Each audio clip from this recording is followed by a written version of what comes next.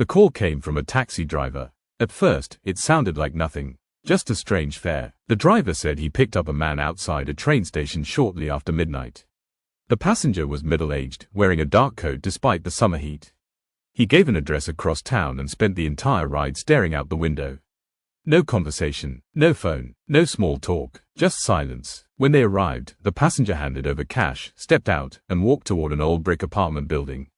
The driver watched him disappear inside, then drove away. 3 days later, the same driver saw the man's photograph on the news. Missing, reported missing by his family nearly 2 weeks earlier. The driver nearly crashed his cab. Because he knew what he saw. He had driven that man 3 nights ago.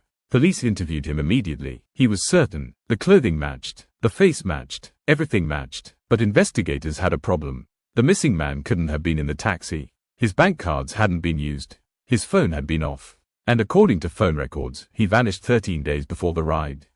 Still, detectives followed the lead. The apartment building where the passenger supposedly entered was located in one of the oldest neighborhoods in the city. A place where tenants came and went frequently. Police reviewed security footage. Sure enough, the taxi appeared. The missing man got out, walked inside, exactly as the driver described. But he never exited. Detectives checked every apartment. Nothing. No sign of him. No witnesses remembered seeing him. No evidence he had ever been there. The footage became the centerpiece of the investigation, because it clearly showed a man who was supposed to be missing. Walking under bright lights. Alive. Months passed. Then another report surfaced. A rideshare driver claimed he had picked up a woman whose face later appeared in a missing person bulletin. Same story. Late at night. Silent passenger. Dropped off at a location she never left. Again, cameras confirmed the ride happened. Again, the missing person vanished afterward. Detectives began comparing cases. Eventually they found 7 missing people, 7 rides, 7 final destinations, all different, yet connected by one strange detail. Every destination was within a few blocks of the city's abandoned freight rail line. A network of unused tracks that cut through industrial districts and forgotten neighborhoods.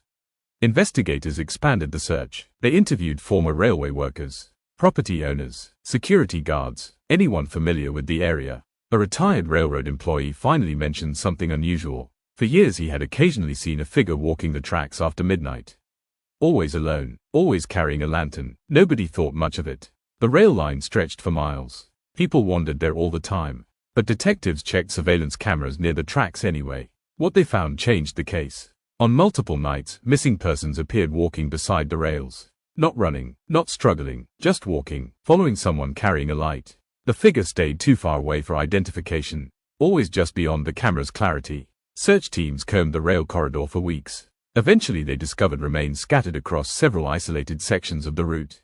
Victims from multiple cases, some dating back years. The investigation became one of the largest in the state's history. But the person carrying the lantern was never identified. Not officially. No arrests were made. No suspect was charged. The evidence simply wasn't enough. The case remains unsolved. The rail line was eventually fenced off and closed to the public.